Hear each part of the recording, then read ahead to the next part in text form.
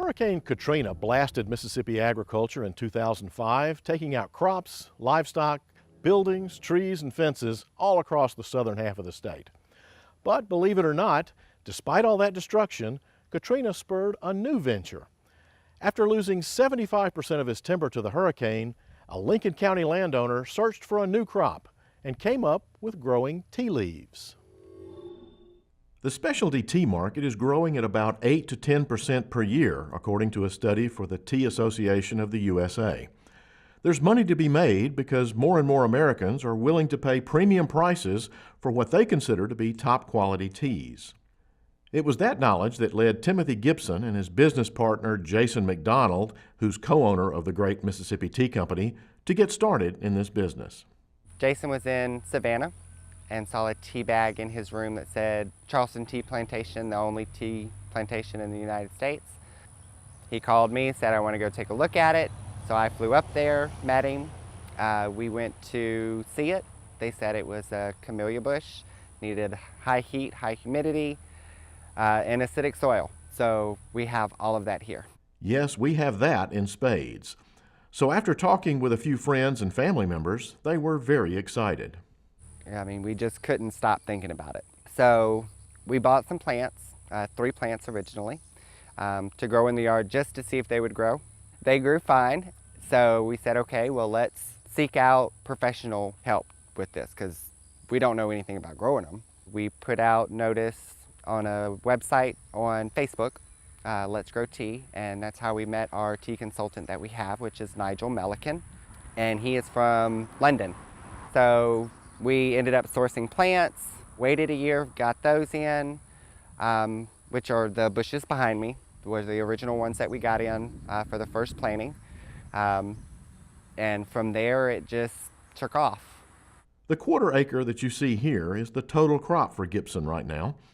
That may not seem like a lot, but you can get a half a pound of tea per bush per year.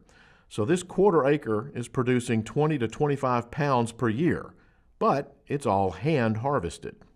Hand plucking as we do now, you can actually pretty much pluck every other day. I mean, it's constantly growing.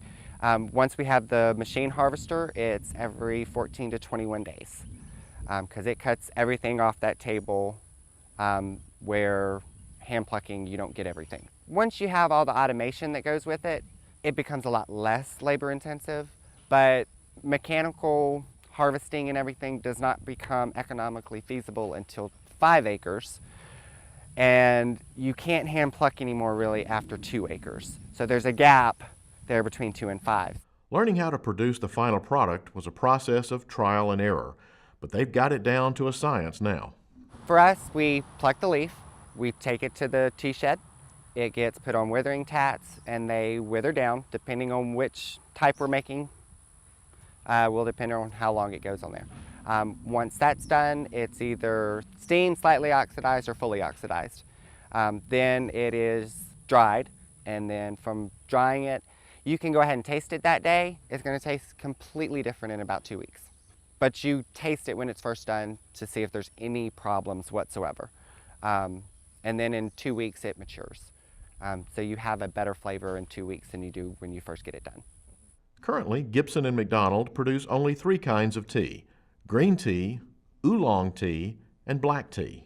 Our green is 175-degree water for 4 minutes.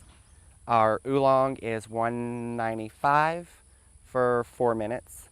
And our black tea is boiling, which is 212 for 5 minutes. Our teas are also done by trial by fire, which when they first are done and everything's ready, you put boiling water on green, oolong, or black, doesn't matter.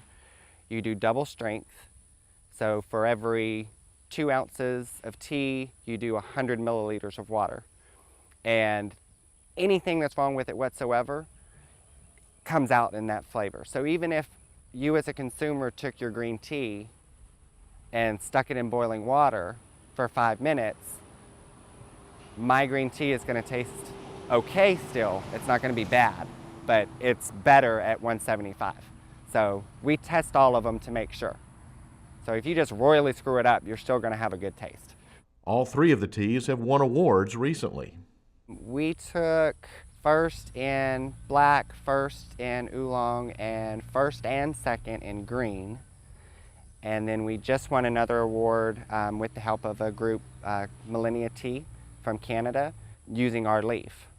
We did their process, sent the leaf to them. They bagged it and everything else and took care of that part of it, and it actually won an award at the World Tea Expo this year. So. In the future, Gibson and McDonald would like to expand to about 28 acres near their current plot, but that's a few years down the road. By the time we're finished, we will be as large as Charlton Tea Plantation. Eventually there'll be a visitor center and everything for when people come by, tour groups, school events, all kinds of stuff, so that people could come out to the farm. For now, though, tea lovers can scramble for their teas on the Great Mississippi Tea Company Facebook page and website.